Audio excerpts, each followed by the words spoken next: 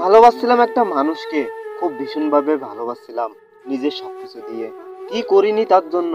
বন্ধুদের সাথে লড়াই করেছি, পরিবারের সাথে সম্পর্ক নষ্ট করেছি, আর নিজেকে করেছি ব্যক্তিহীন।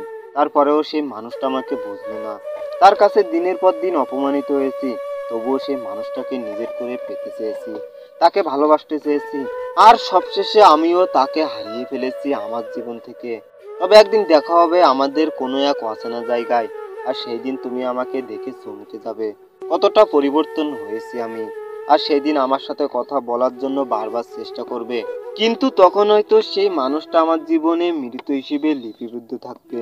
কারণ শত চেষ্টা করার পরেও যে ভালোবাসা নিজের করে পাওয়া যায় না, বুঝে নিতে হবে সেই ভালোবাসার মানুষটা কখনোই নিজের হবে না।